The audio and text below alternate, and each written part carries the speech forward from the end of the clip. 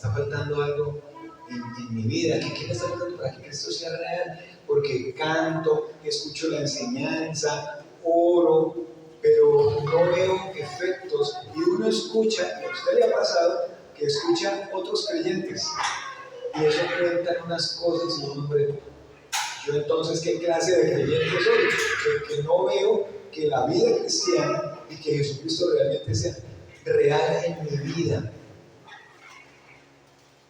Y usted puede evaluar qué cambios han habido en su vida desde que recibió a Cristo hasta el día de hoy. Y usted dice, no, a veces me siento más frío, a veces me siento, otro me dijo alguna vez, a veces me siento estancado, pastor. Otro dijo a veces, no, me dan ganas de continuar, de seguir, definitivamente no puedo continuar adelante porque siento que esto no es para mí. Esto de la vida cristiana no es para mí. Y tal vez esa ha sido una lucha con la que usted ha vivido acerca de Jesucristo, de que sea real en su vida y no que usted sienta un calor o que usted se caiga o que usted sienta que las manos le sudan o que brota aceite, como cuando yo estaba pequeño y escuchaba en la iglesia que personas pasaban al frente y decían, yo miraba cómo me salía aceite de las manos y yo siempre era sorprendido y uno siempre quería sentir ese tipo de cosas que otro sentía para poder mirar si mi vida cristiana era igual o no era igual. Aún siendo pequeño yo miraba eso de 12, 13 años tal vez.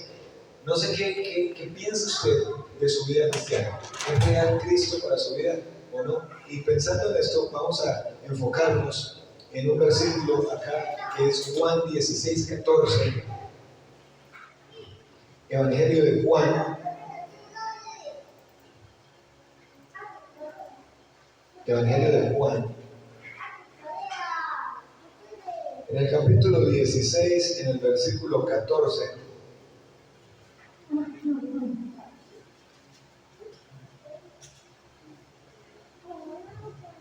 Y bueno, es un versículo tomado allí, solamente el solo versículo y uno queda.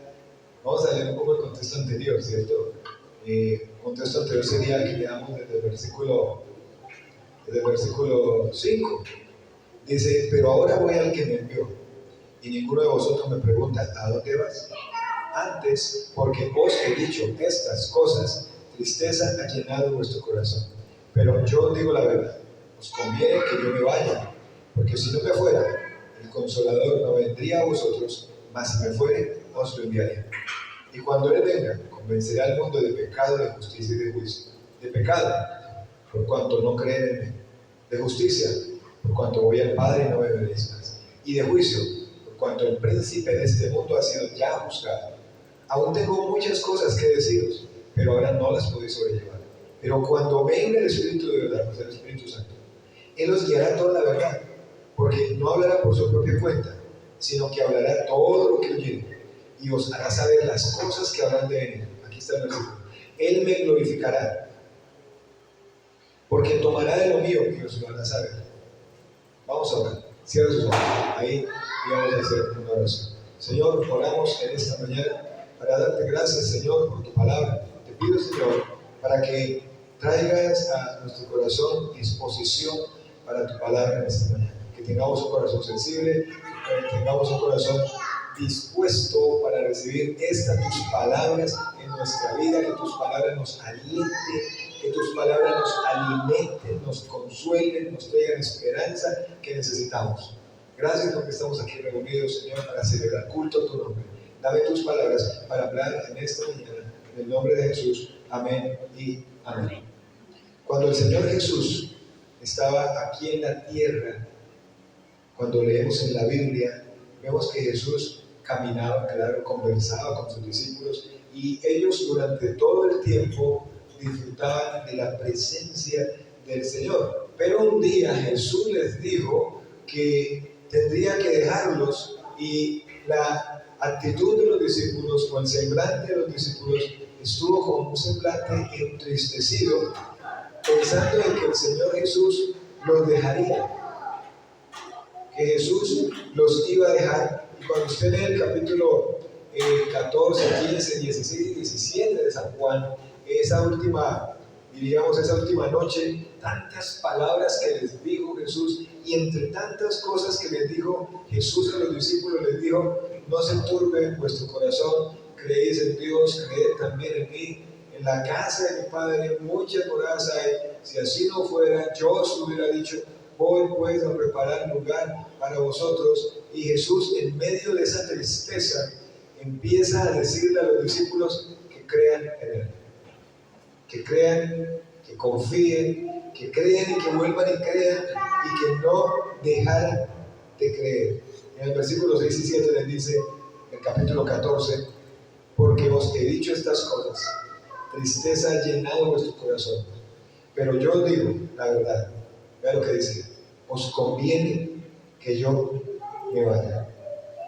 Y saben ustedes, hermanos, que los discípulos, ellos no comprendían cómo es que podría ser mejor para ellos que Jesús se fuera, su amigo, con el que habían comido, y no solo habían comido y eran amigos, sino que les había enseñado y habían compartido y habían departido por 3 años día y noche, y lo habían visto multiplicar el pan, y lo habían visto echar fuera demonios, y lo habían visto en diferentes facetas a Jesús y trayéndoles aliento. Y tal vez no olvidaban la escena cuando iban en el mar y empieza la tempestad y Jesús calma la tempestad, y como cuando estuvieron con el endemoniado y el Señor les dice: este espíritu sale con ayuno y oración, y ver el poder del Señor y la alimentación de los 5,000. Y yo creo que en ese punto se les venían a la mente de los discípulos muchas cosas y ellos no entendían. Pero ¿cómo así?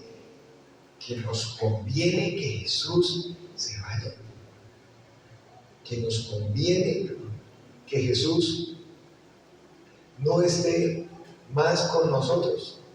Jesús les explica: sí, señores, es necesario, conviene que yo me vaya, pero yo volveré a ustedes. ¿Cómo era que Jesús se iba a ir y luego iba a volver a ellos? ¿Cómo era? Ahí mismo en el capítulo 14, en el versículo 18 les dice: no os dejaré huérfanos, vendré a vosotros. Y él volvería no solamente para estar con ellos, sino para vivir en ellos. Versículo 20: en aquel día vosotros conoceréis que yo estoy en mi Padre, y vosotros en mí, y yo en vosotros. Y adelanto, ¿cómo era? Pues él se iba a ir. Ahí en el capítulo 14 dice luego que iba a enviar un consolador para que esté con vosotros para siempre. Sí, el mundo no lo ve, no lo conoce, no lo puede recibir porque no le ve ni lo conoce, pero le dice a ellos: pero estará con vosotros y en vosotros. Y les estaba diciendo que la manera como él iba a volver a ellos era en la persona de Jesús, del Espíritu Santo. El día de Pentecostés fue cuando el Señor Jesús volvió en la persona del Espíritu Santo para vivir con sus discípulos, y no con fuera, sino en ellos. Al escuchar esto los discípulos, hubo una mezcla obviamente, porque había tristeza porque Jesús se iba, pero también había alegría. Y luego de que ellos reciben el Espíritu Santo, en el libro de los Hechos, fueron por todas partes los discípulos llevando el Evangelio de Jesucristo. Es que cuando Jesús resucita y va Pedro no volvió a ser igual. Ya Pedro no era el que había negado. Bueno, Pedro negó, pero ya no iba a negar de ahí en adelante. Y si había alguna duda en los discípulos antes, de ahí en adelante ya no hubo dudas, ya no hubo un Tomás que dudara. Ya no hubo ningún discípulo que estuviera diciendo: calma, Señor, la tempestad, y ahora qué vamos a hacer si no tenemos sino 5 panes y 2 peces. No, ya sabían, ya habían aprendido la lección. Y ahora Jesús entonces vuelve en la persona del Espíritu Santo en el libro de los Hechos, y empiezan los discípulos transformados, nuevos hombres, diferentes, proclamando las verdades del Señor Jesucristo. Cuando usted lee el libro de los Hechos, ve allí cómo la iglesia que se empezó a formar, allí en Hechos capítulo 2, dice que crecía en el fundamento de los apóstoles. El Espíritu Santo fue tan real para ellos como lo había sido Jesús cuando estaba con ellos. Pues recuerden, Dios Padre, Dios Hijo y Dios Espíritu Santo son el mismo Dios verdadero. Y cuando hablamos de la realidad de Cristo para nosotros, de la vida cristiana para nosotros, debemos comprender un primer aspecto, que es que Cristo mora en cada creyente por medio del Espíritu Santo. Tal, igual como Jesús vivía en el corazón de esos primeros discípulos, así Jesús vive hoy en el corazón del creyente. Claro, Cristo está en el cielo, pero vive en nosotros por medio de ¿quién? Del Espíritu Santo. Eso es lo que hace que la vida cristiana sea real. ¿Cuándo recibió usted el Espíritu Santo? ¿Qué es lo que tiene que hacer una persona para recibir el Espíritu Santo? Vamos a mirarlo rápidamente ahí para recordarlo, que es en Efesios capítulo 1. Efesios, en el capítulo 1.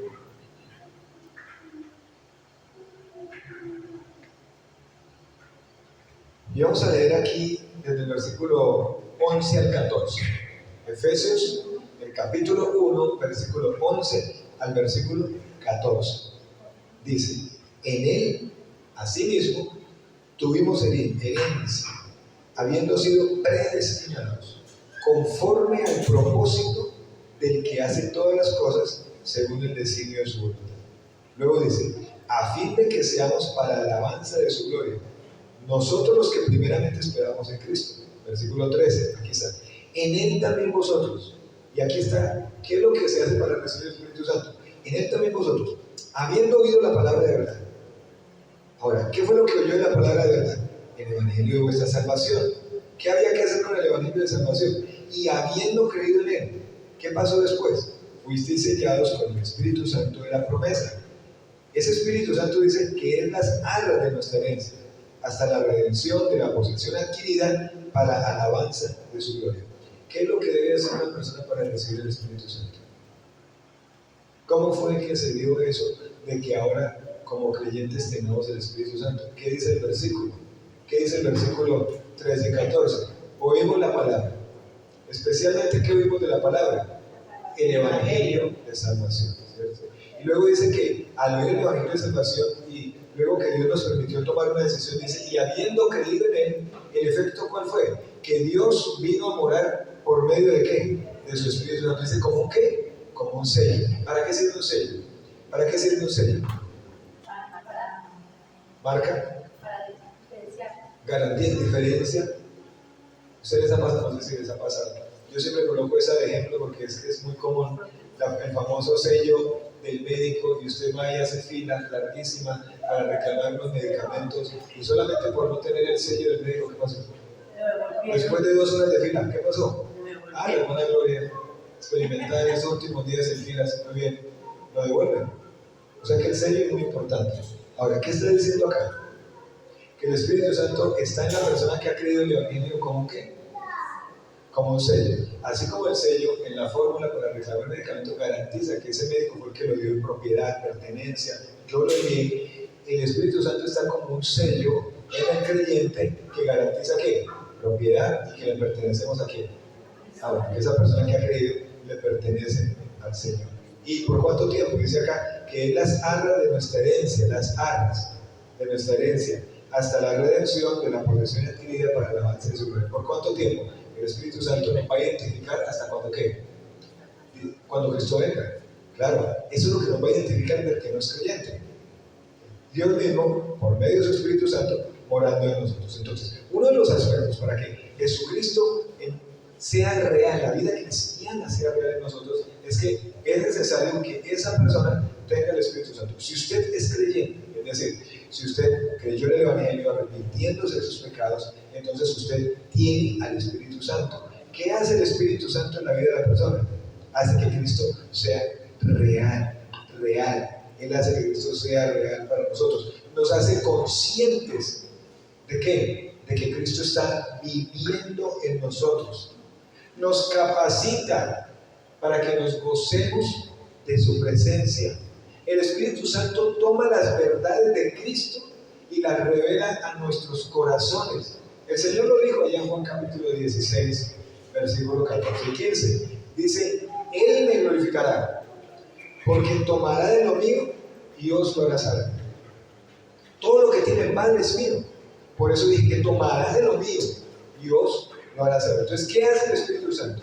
Usted como creyente tiene el Espíritu Santo. Ahora, si no ha creído, como dice Romanos 8:9, si no ha creído, dice que el que no tiene el Espíritu Santo, pues no es de él, pues no es hijo. No ha creído el Evangelio, pues no tiene el Espíritu, no tiene ese sello. Pero si lo tiene, se le aplica lo que dice este versículo, que Dios va a revelar su palabra para que la entendamos. El Espíritu Santo nos va a hacer conscientes de que Cristo está en nosotros, nos va a capacitar para que vivamos delante de Él. A veces cuando inicia una persona la vida cristiana, se convierte en difícil porque no toma conciencia, o en el discipulado no se le enseña de que no está solo en este proceso. No estamos solos en este proceso de vida cristiana.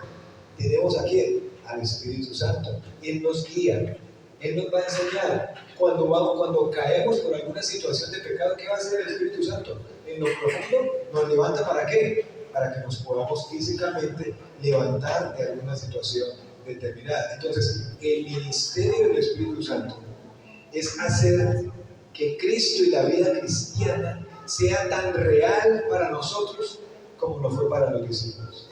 Sea real, sea que usted sienta que no está estancado.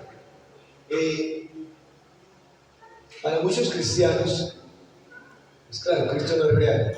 Y ellos dicen lo siguiente: yo leo la Biblia, estoy hablando de cristianos para los que Cristo no es real. Oro, asisto a la iglesia, canto, ofrendo, pero aún con esto Cristo no es real para mí. ¿Por qué me pasa eso? ¿Por qué le pasa eso a muchos creyentes? Y vuelvo y le repito, muy posiblemente esta es la vivencia suya muchas veces. Hay algo que definitivamente, si Cristo no es real para un creyente, para una persona, primero es que esa persona tal vez no ha creído en Cristo. Porque la consecuencia de que creo en Cristo es que el Espíritu Santo está en mí. Y el ministerio del Espíritu Santo es hacer que Cristo mismo y mi nueva vida sea una realidad, sea diferente. Pero si eso no está pasando, muy seguramente esa persona no ha nacido de nuevo, es decir, no ha creído el Evangelio, no se ha arrepentido de sus pecados. Entonces Cristo no es real para ellos, porque entonces esa persona no le pertenece al Señor, porque entonces esa persona es una persona en la cual no mora el Espíritu Santo.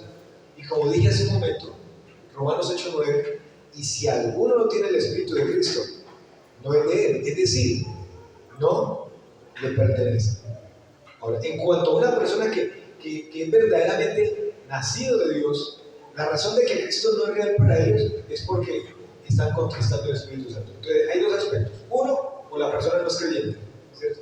Y dos, bueno, es creyente, pero Cristo no es real. Viene a la iglesia, canta, ora, lee, ofrenda, va y evangeliza, pero no es real, se siente vacío, estancado. Entonces, ¿qué está pasando? El segundo aspecto es, muy seguramente, el Espíritu Santo está contristado. ¿Qué es contristado? Entristecido. ¿Y por qué entristecido? Por nuestra forma de vivir. ¿Cómo hace que entristecido? Claro, es que el Espíritu Santo es una persona. Entonces el Espíritu Santo piensa. El Espíritu Santo es Dios. Piensa, anhela, disfruta, ama, sufre. Entonces Él puede ser contristado. Lo entristecemos. ¿Cuándo? Cuando hay alguna situación de pecado en nuestra vida. Entonces, Cristo no es real para su vida. Usted se siente estancado en la vida cristiana y dice, es que no avanzo, es que no crezco.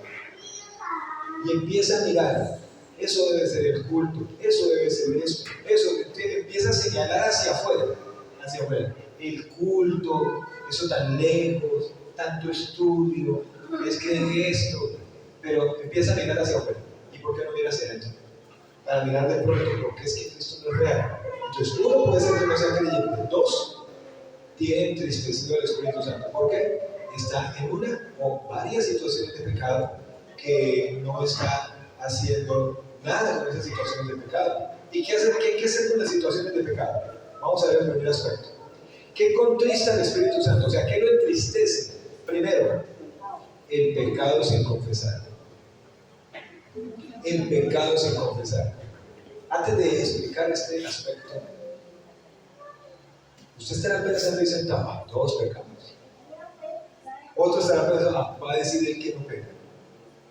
Piensen todo lo que quieran pensar. Pero una de las cosas que contrista al Espíritu Santo es el pecado cuando no ha sido confesado. Ese es un remedio que tenemos. La Biblia dice en 1 de Juan 1:9. ¿Saben que ese versículo aparece en todos los discipulados? Ese y Timoteo, y hay varios que siempre aparecen. ¿Qué dice 1 de Juan 1:9? Si confesamos nuestros pecados, Él es fiel y justo para perdonar nuestros pecados y limpiar de toda maldad. ¿Qué pasa cuando confesamos? Ahora, ¿para qué confieso? Uno, ¿qué pasa cuando confesamos? Antes de irme con la segunda. ¿Qué pasa cuando confesamos? Él es fiel y justo para perdonar nuestros pecados y limpiarlos de toda maldad. Pero entonces, ¿para qué confieso si mis pecados ya fueron perdonados?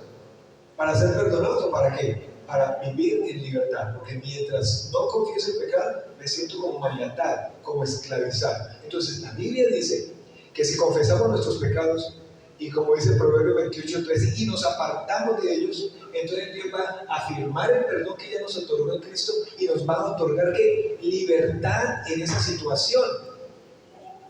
¿Cuántos pecados? Y uno cree que es un solo pecado el que no confiesa. ¿Cuántos pecados hay sin confesar? 1, 5, 10. Entonces, ahora, uno reconoce todo lo que se va, pero debiera ser no todos. Porque estudiamos en la Biblia que debemos tener cuentas cortas con el Señor. ¿Saben qué es cuentas cortas?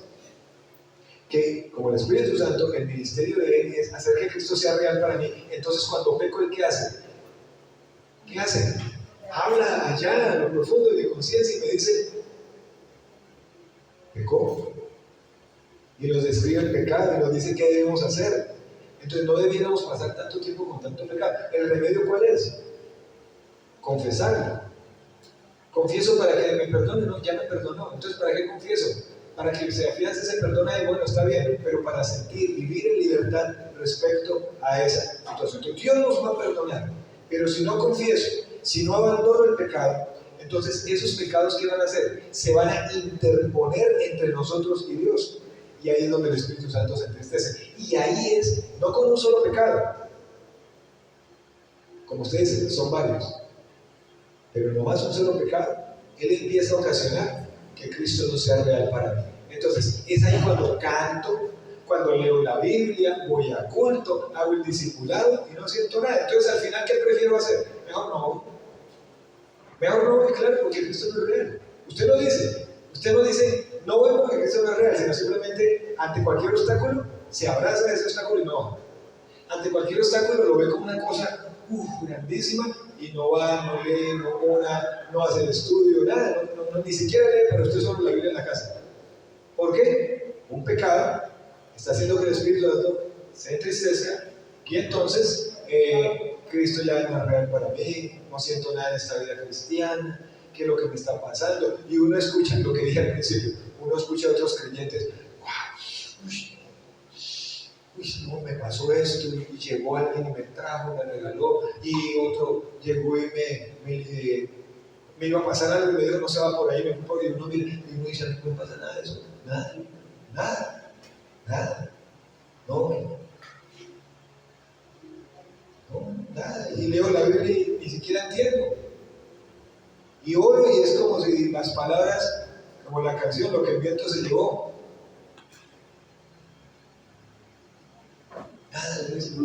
¿Qué me está pasando? Y entonces, ¿qué empieza a pasar en la vida? Como menos ganas como de buscar y de relacionarme con Dios. Y ahí es donde ya Cristo empieza a perder significado en mi vida. Entonces puede ser dos cosas, no me repito. O es que no es creyente, o siendo creyente, por causa del pecado, no confesado y no apartándome de él, entonces el Espíritu Santo está triste y Cristo empieza a ser no real para mí. Salmo 66, 18 dice, Salmo 66, 18. Lo que pasa es que yo lo tengo escrito acá, entonces por eso les gano. Salmo 66, 18.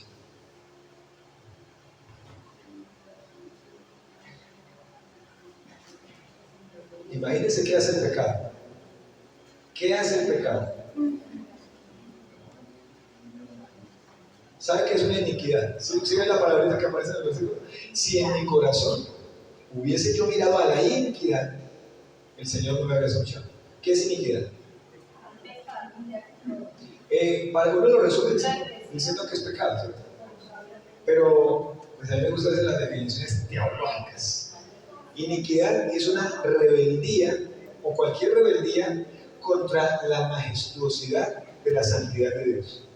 Esta es la famosa definición teológica. Y así es, la rebeldía de parte nuestra contra la majestuosidad de la santidad de Dios, porque Dios es santo. ¿Cuándo es esa rebeldía? Cualquier pecado. Cualquier pecado es rebeldía contra la majestuosidad de Dios. Entonces, cuando pecamos, ¿qué obstaculiza? Que Dios nos escuche. Entonces, ya saben, ahora, hay un pecado, no lo confieso. Sigo mirando el pecado, o sea, la iniquidad. Y luego empiezo a mirar, pero es que Dios no me responde. Dios no me responde, pero vea lo que está pasando. O sea, se suma a eso ya peticiones no respondidas. Entonces ya menos real es esto para mí. Pero culpa de Cristo. No, entonces, no tengo que estar mirando hacia afuera, sino debo mirarme a mí mismo. Por ejemplo, podríamos haber ofendido a alguien y rehusamos pedirle perdón y arreglar cuentas con dicha persona. Ya ha pasado.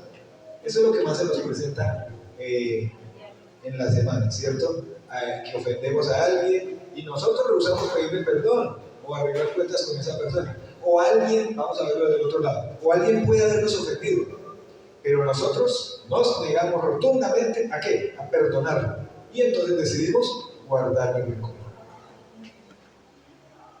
Otra cosa puede ser que estemos desobedeciendo a Dios en algo o tengamos actitudes pecaminosas como el orgullo, el egoísmo o muy posiblemente una actitud de rebeldía.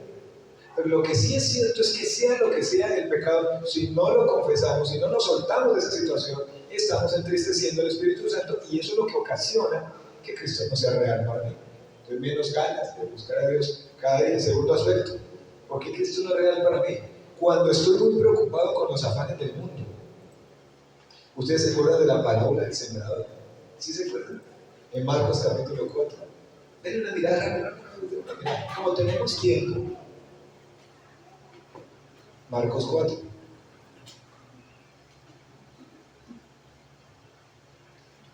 Y cuando lo estemos leyendo, va a prestarle atención al versículo 19. Marcos 4. Ya le digo.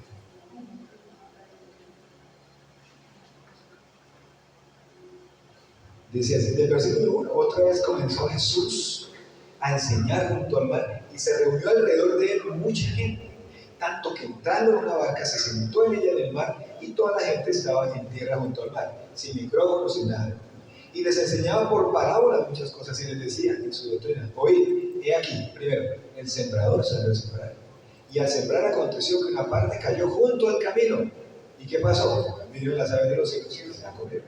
Otra parte cayó en pedregales donde no tenía mucha tierra y brotó pronto porque no tenía profundidad de tierra, pero salido el sol se quemó y porque no tenía raíces se secó. Número 7. Otra parte cayó entre espinos y los espinos crecieron y la ahogaron y no dio fruto. Pero otra parte, versículo 8, cayó en buena tierra y dio fruto, pues brotó y creció y produjo a 30, 60 y a 100 por uno. Entonces les dijo, el que tiene oídos para oír, oiga. Vamos a ir rápido al versículo 19. Dice 18 y 19. Estos son los que fueron sembrados entre espinos, los que oyen la palabra, aquí está, pero los afanes de este siglo y el engaño de las riquezas y las codicias de otras cosas entran y ahogan la palabra y se hace infructuosa. ¿Por qué es que Cristo no es real para mí? Porque estoy muy preocupado, demasiado preocupado, extremadamente preocupado con los afanes de este mundo. Sí, Señor. El Espíritu Santo que está en el creyente quiere tomar las verdades de la palabra de Dios y como les dije hace un momento, revelarlas a nosotros. Entonces, aprendemos de Cristo a través de la palabra.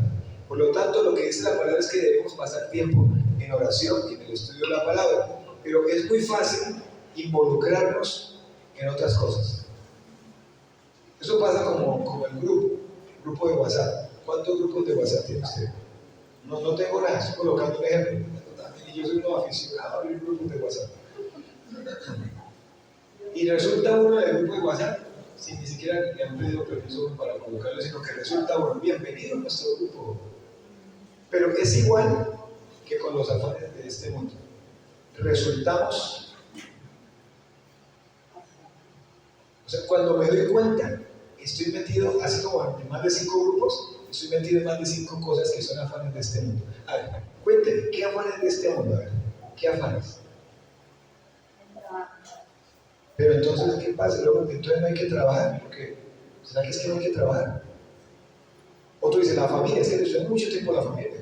¿Será que es que no hay que prestar atención a la familia? ¿Pero será que no hay que comer? La bebida, pero será que no hay que tomar el líquido? El vestido, pero entonces no, la ropa. Y el trabajo que decíamos en Tesalonicenses el jueves, el que no trabaja que no come. ¿Cómo así? ¿Qué afanes de este mundo? Precisamente, en Mateo capítulo 6, no lo busquen, yo se lo cuento. El Señor habla del afán y de la ansiedad. Y entonces nosotros siempre sufrimos y luchamos por qué cosas. Por comida, bebida y vestido.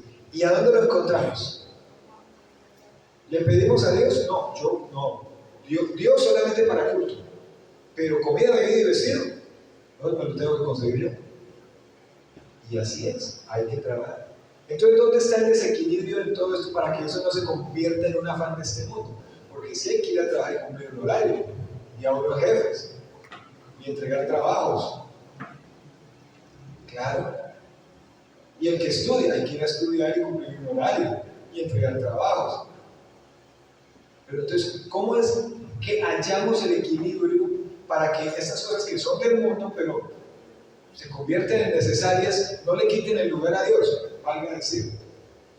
O sea, Mateo capítulo 6 dice, mas buscad primeramente el reino de Dios y su justicia, y todas las cosas serán añadidas. Ahora, no quiere decir que no trabaje, no quiere decir que no responda en el colegio o en la universidad, o con sus compañeros, en los compromisos que usted tenga, sino que usted ha empezado a hacer lo siguiente. La Biblia dice que a quien debemos servir es al Señor. Pero entonces nos hemos hallado en estos últimos años sirviéndole a qué?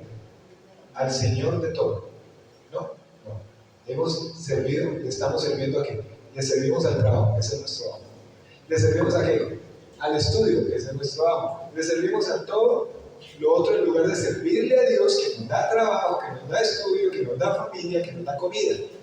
Entonces el texto está diciendo que es fácil cuando nos involucramos tanto en afanes de esta vida que no dejamos tiempo para las cosas de Dios. Eso empieza a ocupar el primer lugar. Entonces, además de que Cristo no es real, y ya tengo menos ganas de leer, de orar, de congregar, de confesar el pecado, ahora ¿qué se suma? Los afanes de este mundo. Y cuando me doy cuenta, estoy cada vez más absorbido por los afanes de este mundo. Entonces ya no me interesa.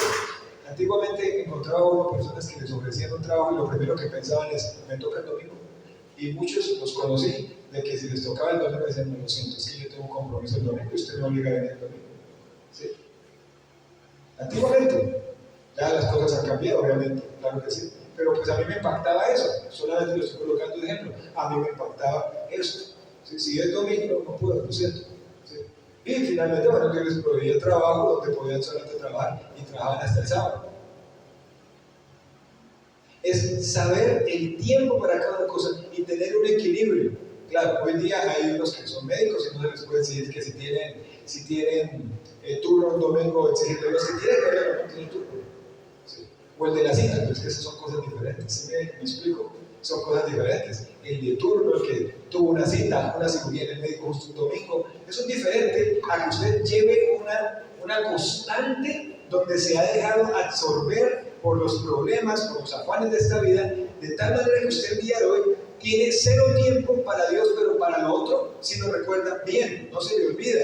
No se le olvida absolutamente nada de eso. Entonces, el Espíritu Santo es entristecido si permitimos que las cosas del mundo, así como los espinos ahogaron la palabra, entonces, si permitimos que las cosas del mundo ahoguen. Y es que al día de hoy nos sentimos ahogados. ¿Cómo puede usted determinar el nivel o la experiencia de su vida cristiana? Preguntándose dos cosas, se las voy a decir. Una, ¿cuánto amo la palabra de Dios? Y usted me va a decir ahí, yo amo tanto la palabra de Dios que la tengo descargada en el celular. No, amar la palabra de Dios es en el celular y físico leerla, estudiarla, memorizarla y apropiarme de ella y practicarla. Y dos, otra pregunta para poder determinar el nivel de mi vida cristiana. ¿Cuánto tiempo paso con el Señor cada día? Y usted estará diciendo, yo paso todo el día, el caso es que no es ni presente, ahí estamos todo el día. No. ¿Cuánto tiempo paso es un tiempo que aparté solamente para eso? Por lo menos para orar, pero que la oración no sea solamente Señor, gracias por estos alimentos, amén. No, un tiempo para orar fuera de los alimentos, o fuera de la libertad o la acostada de dormir, o fuera del viaje, o fuera del problema o de la salud. No, un tiempo que pase realmente. ¿Cuánto tiempo? De esa manera está nuestro nivel de vida cristiana y por eso es que Cristo cada vez se hace menos real en nosotros. Y no porque Él no sea real, Él es real y verdadero, sino que por nosotros, nuestro pecado es el confesar. Y porque estamos tan absorbidos por el mundo que le damos más importancia al mundo, pues claro, el efecto va a ser ese, que Cristo no es real. Tercer aspecto, ¿por qué Cristo no es real? Aquí les cuento algo, por la mundanalidad. Por la mundanalidad. Pero es que Jesús decía en Juan capítulo 17, no te pido que los saques del mundo, que los libres del mundo, sino que los guardes del mal. Y además dice, santifícalos en tu verdad, tu palabra es verdad. O sea, no es que nos tengamos que salir del mundo. Y además cuando hablo de mundo, no estoy hablando de este planeta Tierra con continentes y océanos, yo estoy hablando de eso. Yo estoy hablando del sistema mundano. Un sistema. Satanás usa el sistema mundano con todo su atractivo para atraer. Alguien definió mundanalidad de la siguiente manera. Escúchelo bien. Es cualquier cosa, usted va a pensar en eso, es cualquier cosa que le impide disfrutar del amor de Dios y desear hacer su voluntad. Hay cosas que le están impidiendo a usted tener una relación con Dios, señores. Sí hay. Y usted las sabe y las carga no sé por cuántos años. ¿Sí? Porque si usted mira en sus apuntes, este sermón se dio hace por lo menos un año. Pero hay cosas que le impiden, usted sabe reconocer, sí, hay cosas que le impiden, pero las ha quitado. No, ha seguido con las mismas cosas. Y ha pasado un año y sigue Cristo sin ser real para usted, su vida cristiana no crece, no avanza, pero sí, hay un poco de obstáculos, de cosas ahí que usted sabe, pecados, afanes, situaciones, cosas de mundanalidad en su vida que usted las está permitiendo y por eso Cristo no es real para su vida. Y se lo vuelvo a decir, es cualquier cosa que me impide disfrutar del amor de Dios y desear hacer su voluntad. Cuando usted lee el libro de Santiago, vamos a leer un momentico allí el libro de Santiago, capítulo 4, el versículo 4.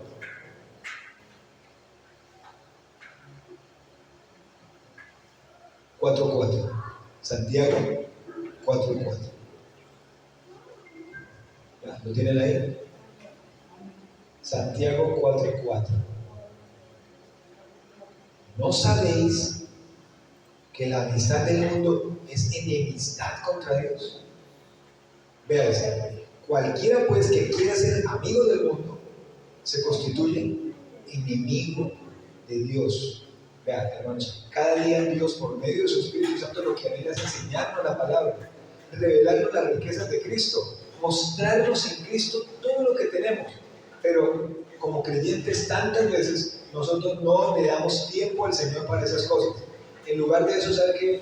¿En qué desgastamos nuestra vida? Horas y horas. Bueno, ahora hay más opciones, pero horas y horas de la semana viendo televisión, y no tengo nada contra televisión. Horas y horas en una pantalla de computadora, celular, ahora con opciones Amazon, Premium, Disney, Netflix, no sé tantas para mirar, ¿sí? Otro leyendo literatura mundana y me llama tanto la atención que un creyente de años lee la Biblia y ni se inmuta, pero se pone a leer a Confucio, a Buda, y eso emocionado cada vez ese libro ahí y me dice, mira lo que estoy aprendiendo. Y eso sí lo tiene emocionado, pero la palabra no lo emociona. Se la pasa en lugares que no le convienen, relacionándose con gente que no le conviene, ama las cosas del mundo, dedica su tiempo a ellas, tiene criterios, tiene una lista de criterios para decir, pero yo tengo al Señor en cuenta todos los días en mi vida. Igual no fui a culto, no leo la Biblia, ni en la casa la leo, pero me siento de vez en cuando y coloco YouTube y soy predicadores para escoger. La Biblia dice que anda con sabios, sabios, y el que se junta con eso será quebrantado. Creyentes que son tan absorbidos por el mundo que continuamente se asocian con personas que no conocen a Dios. Ojo, se asocian, porque generalmente nos relacionamos con gente que no conoce a Cristo. Y por eso nombré el texto hace un momento de Juan 17. Jesús oraba por los discípulos. No te pido que los saques del mundo, porque de otra manera entonces, sino que los guardes del mal. O sea, en medio de nosotros del mundo, de personas que no conocen, dice Filipenses capítulo 2, que debemos ser luminares, o sea, alumbrar. El Señor lo dijo en los evangelios, una luz se coloque donde alumbre, no por allá debajo, porque como luz, ¿qué debe hacer? Alumbrar al resto. Pero a veces lo que hace el creyente es que ni se entere que soy creyente. O otro lo dice, que ni se entere que soy evangélico, porque mejor dicho. Así como va a ser Cristo real para un creyente, dígame. Pues claro que cada día se va haciendo más irreal. Claro que cada día se va a sentir más estancado. Claro, es que eso es lógico. Entonces, para disfrutar de la presencia del Señor en nuestro corazón, tenemos que dejar de hacer las cosas que tienen entristecido al Espíritu Santo y hacer lo que al Señor le glorifica y le exalta. Entonces, lo que sigue ahora es arreglar cuentas.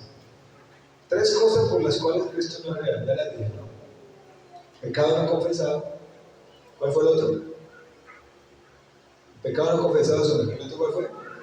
Los afanes de este mundo. Y el tercero, la mundanalidad. ¿Sí? Mundanalidad. Entonces, lo que sigue es arreglar cuentas. Arreglar cuentas. Cuando seguimos por la vida diaria con los pecados normales, y no es que uno no peque, es que sigue sin confesarlos y sin hacer nada, entonces ahí no puedo tener comunión con Dios. No hay comunión con Dios. ¿Cómo puede uno decir que hay comunión con Dios y sabe qué pecados son, pero no habla delante de Dios de los pecados? Es que ni siquiera tiene que venir a contárselos al pastor. No, nadie le está diciendo eso.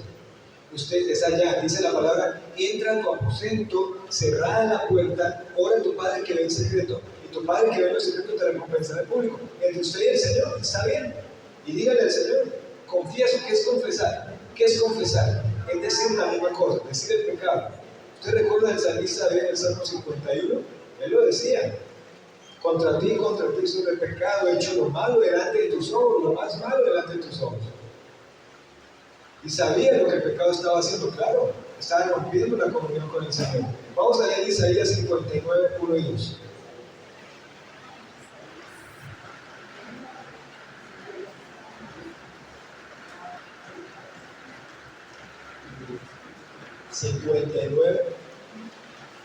Isaías 59, el versículo 1 y el versículo 2. He aquí que no se ha acortado la mano de Jehová para salvar, qué bueno, ni se ha agravado su oído para oír. O sea, él salva y oye. Punto y coma. Pero vuestras iniquidades, otra vez iniquidades, ¿no? ¿Han hecho qué? División entre vosotros y vuestro Dios. ¿Y qué más? ¿Y vuestros qué? Vuestros pecados han hecho ocultar de vosotros su rostro. ¿Para qué? Pues claro. Eso quiere decir, con esa forma de afanes, vulnerabilidad, pecados sin confesar, pues las encima, el Señor al mirar esa vida cristiana, pues ya no tan fácilmente va a responder una petición. Ya no tan fácilmente, aunque Él es real, verdadero, omnipresente, vive en el creyente, obviamente, pero el creyente se siente sin el Señor, desamparado. Nadie me oye, nadie me ayuda, no siento consejo, no siento esperanza, consolación, nada. Cuando Cristo estaba en la cruz, Él cargó nuestros pecados pasados, presentes y futuros. Y escúcheme bien eso. El Señor pagó por cada pecado que pudiéramos cometer durante nuestra vida. Escúcheme bien eso. Cristo en la cruz pagó por cada pecado. Ahora, ya que hemos nacido de nuevo, somos hijos de Dios. Cuando entramos en su familia, debemos tener en cuenta que somos hijos de Dios y debemos desarrollar comunión con Él. Porque repito, el pecado rompe nuestra comunión.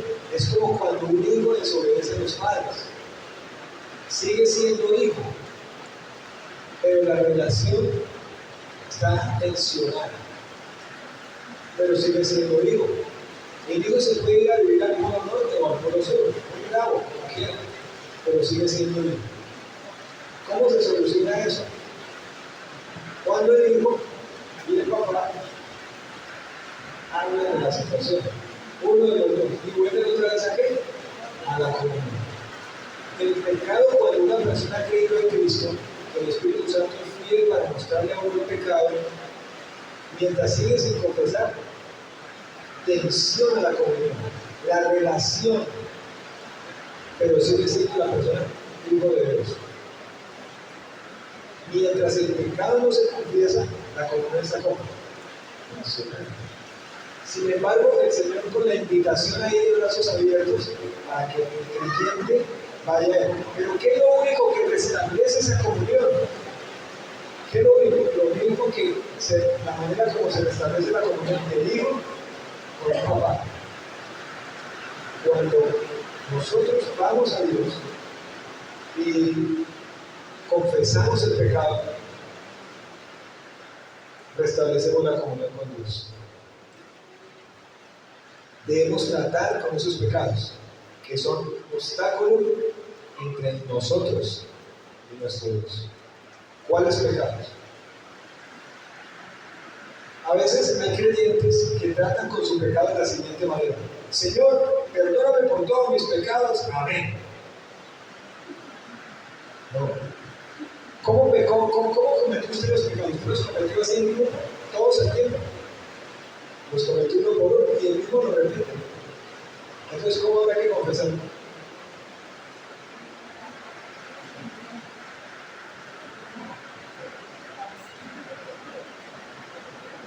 Uno por uno.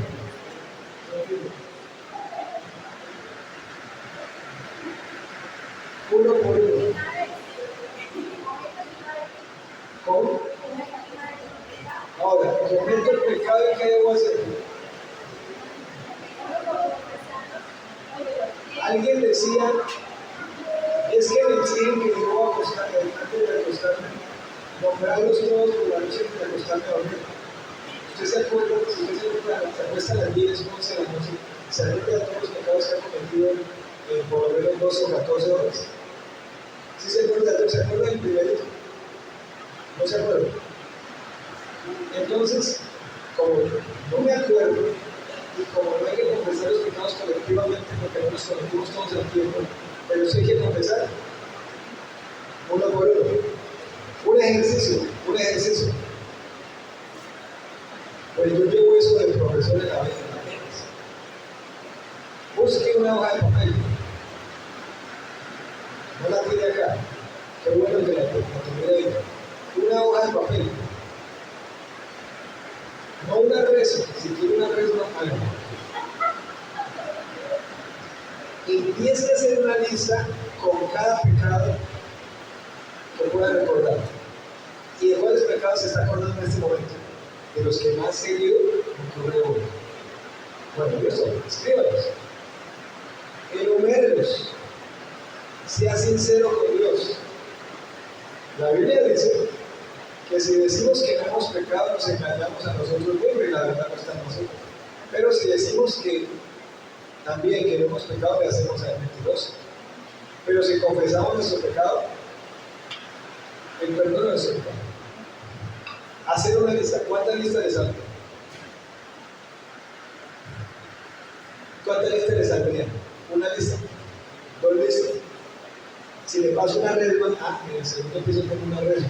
Si le paso una resma, ¿la llena? Una sola persona la llena, sí. Y pide otra.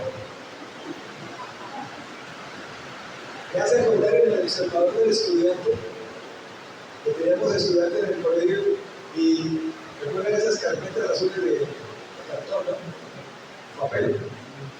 Y se le acababa para escribir en la hoja del observador y empezaban a escribirle en la carpeta, por fuera, por los lados, por fuera, y uno miraba, yo trabajaba en la parte de consejería con los papás y los estudiantes, cuando yo iba a buscar la carpeta, llena la hoja por un lado, por los lados, y abría más, y estaba escrito en la carpeta, por fuera. ¿Será que nos pasaría lo mismo? Claro que sí. Examine su vida cuidadosamente y escriba los pecados que usted pueda recordar. Sea honesto con usted mismo. Nadie va a ver esa lista, usted lo va a hacer en su casa. No lo haga deprisa. Tal vez usted necesite un tiempo prolongado para hacerlo. Llega ahorita que llega. Tal vez hacer el almuerzo, almorzar o tiene alguna otra actividad, no lo va a poder hacer. Pero sí lo puede hacer en la noche, ser honesto con usted mismo y toma esa lista.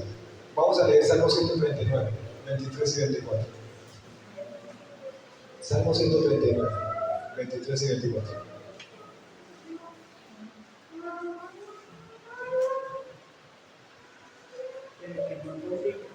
Si lo tienen ahí, Salmo 139, versículos 23 y 24. Dice: examíname, oh Dios, y conoce mi corazón. Pruébame y conoce mis pensamientos. Y ve si hay en mi camino de perversidad. Y guíame en el camino eterno. Entonces, si somos sinceros al orar, Dios va a traer a nuestra mente, por medio de su Espíritu Santo, todos los pecados de los cuales ni siquiera hemos sido conscientes. Entonces, permitámosle al Señor que examine nuestra vida y allá en nuestra casa hagamos nuestra lista. Después de pasar tiempo ahí escribiendo, ¿sí? Entonces, ore por cada cosa y confiese al Señor. Señor, confieso en este momento que, y reconozco que estos pecados lo he venido haciendo por tanto tiempo. Ya sé que moriste en la cruz por este pecado, pero yo lo he venido haciendo y se está convirtiendo en obstáculo para que tú seas real en mi vida. Te lo pido en el nombre del Señor también. Por uno, por usted dirá, no, pero uno por uno. No, mejor yo no hago nada. Y así lo hacemos, como si fuera una tarea. O sea, no lo vemos como si fuera un bien espiritual, sino lo vemos. Entonces, no lo hace uno en lista, no lo hace uno solo, no lo hace en ningún momento, y prefiere uno hacer que seguir andando así por la vida. Es responsabilidad de cada uno de nosotros como creyentes. Cuando usted termine esa lista, entonces va a, vuelvo y repito, a orar, y usted va a mirar cómo el Señor le trae paz, cómo el Señor le va a recordar que usted ha sido perdonado. Alguien oró de la siguiente manera, haciéndolo así: Padre, he pecado contra ti trae la rayita. Confieso este pecado. Te pido, Señor, que me ayudes a vivir en libertad. Te doy gracias porque Jesucristo derramó su sangre preciosa por este pecado. Es diferente a decir un solo pecado que a decir: bueno, Señor, te lo resumo todos, moriste por mis pecados, amén, porque tengo sueño. Y así lo hacemos generalmente. Imagínense que usted coloca esos pecados ahí en la cruz de Cristo. ¿Sí? Entonces, usted lo hace a solas, dice la palabra, y el Señor le va a traer paz. Para terminar, vamos a decir que usted le puede pedir al Señor que al Espíritu Santo, Dios por medio del Espíritu Santo, que llene su corazón, o sea, que lo controle. El Señor dice en la palabra en Hebreos 10:17, dice: cuando los confieso, dice, nunca más me acordaré de sus pecados y transgresiones. ¿Qué hace el Señor? No se va a acordar de nuestros pecados. Ojo, y no porque Él sufra de amnesia parcial ni total, no. ¿Quién sabe qué quiere decir que no se va a acordar nunca más? No lo va a tomar en contra nuestra. No lo va a tomar más en nuestra contra. Entonces, cuando la persona es hijo de Dios, el Espíritu Santo está en el corazón. El Espíritu Santo está ahí desde el momento que nacimos de nuevo. Pero si hay pecado en nuestra vida que no hemos confesado, entonces ¿cómo va a controlar en nuestra vida? ¿Qué lo está dominando? El pecado. Y entonces no obliga a nadie. Dios nos llama, y con esto termino. Cuando Cristo nos real para nosotros, no mire usted hacia afuera, mire hacia adentro entonces. Entonces, ¿qué hay que hacer? Arrepentimiento. A usted se le llamó arrepentimiento cuando se le dijo, Cristo nos llama con los brazos abiertos para que lo reciba. Ese día fue arrepentimiento para salvación. Pero debemos en la vida diaria cristiana arrepentirnos verdaderamente, tener un cambio real de vida.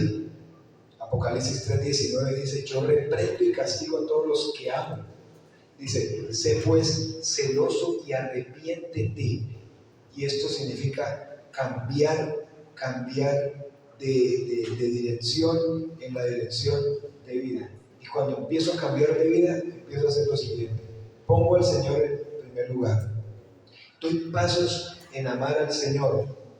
Dejo la mundanalidad y empiezo a pasar realmente tiempo con el Señor de calidad, realmente algo que vale la pena. La palabra de Dios dice que el que tiene mis mandamientos y los guarda, ese es el que me ama. Y el que me ama será amado por mi Padre. Y yo le amaré y me manifestaré. Entonces, ¿es Cristo real para nosotros? ¿Es Cristo real para su vida? ¿Hace cuánto que Cristo dejó de ser real para usted? Entonces, mida el ánimo o desánimo que usted tiene para buscar al Señor. Míralo. Míralo cómo es tan fácil usted cargar, no pecado, cargar pecados es sin confesar y no hace absolutamente nada. Míralo usted cómo es tan fácil dejarse absorber por tantas cosas del mundo y que usted le ha quitado lugar a Dios. Mírelo cómo usted le ha dado tanto lugar a la mundanalidad en su vida. Y usted, las tres cosas, nos sentamos uno por uno a hablar, las defiende, las va a defender. Entonces es una decisión que usted toma de si va a dar pasos de vida cristiana, va a dar pasos de salir de esa situación y a tener un cambio verdadero en su vida. Vuelvo y repito lo que dije hace un momento, donde usted va a empezar realmente a tener a Dios en primer lugar. Y con eso no le estoy diciendo que no trabaje, pero sí tener a Dios en primer lugar. 2, amar al Señor de todo corazón. Dejar la mundanalidad y pasar tiempo realmente con el Señor. Que no sea solamente, yo pasé tiempo con el Señor porque ve por los alimentos. No, por los alimentos oran hasta los que no son creyentes. Es que usted pase tiempo con el Señor, saque la Biblia, ore solito, temprano, cuando no han empezado, o sea, no hay tanta bulla, quiero decir, o en la noche, aunque a veces hay mucho sueño, pero a veces es mejor temprano. Y ore y lea. La Biblia dice que si usted es creyente, tiene el Espíritu Santo, el ministerio del Espíritu Santo es hacer que Cristo y la vida cristiana sea realmente con sabor y con sentido en su vida. Hay algo para terminar más. El Espíritu Santo me manifiesta la presencia de Cristo. Mi responsabilidad, ¿sabe cuál es? Nuestra responsabilidad como creyentes es no contristarle o no entristecerle. Entonces, se siente estancado, se siente que no crece. No mire hacia los lados y busque culpar de la derecha a la izquierda a su esposo, a su esposa, a su familia, a sus vecinos, a la iglesia, no sé quién. No, mire hacia adentro y empiece a confesar el pecado y a no ser tan mundano realmente y a sacar el tiempo lo que realmente vale en la vida cristiana. Y va a ver cómo al dar pasos en vida cristiana va a vivir en libertad y le va a dar sentido a la vida cristiana. Colóquese, por favor, colóquese. Vamos a orar ahí. Señor, oramos en esta mañana para darte gracias porque nos llamas a algo que es muy importante. Tú eres real, tú eres verdadero, Señor. Eres real y eres verdadero en nuestras vidas. Pero hemos nosotros mismos ocasionado por nuestra manera de vivir, al ser llenos de mundanalidad, al estar muy preocupados con el mundo y al tener pecados ahí sin confesar, pues claro que es ocasionado que no sea real, que nos estanquemos, que no crezcamos en la vida cristiana, que no le veamos sentido a leer la Biblia, ni orar, ni congregarnos, ni ofrendar, ni compartirle a otro, nada. Y además hemos dado rienda suelta a dejarnos absorber de otras cosas. y entonces han ganado ventaja. Y ahora nos sentimos confundidos, pero tú nos llamas a que haya un arrepentimiento real y verdadero. Tu palabra dice, si confesamos nuestro pecado, eres fiel y justo para perdonar nuestro pecado y perdonar. Y nos llamas también a reconocer que tenemos un paso que es importante, es arrepentimiento, un cambio verdadero de adentro hacia afuera, donde te demos el lugar que te corresponde, donde realmente amemos tu palabra, donde realmente tomemos, saquemos tiempo para ti, donde realmente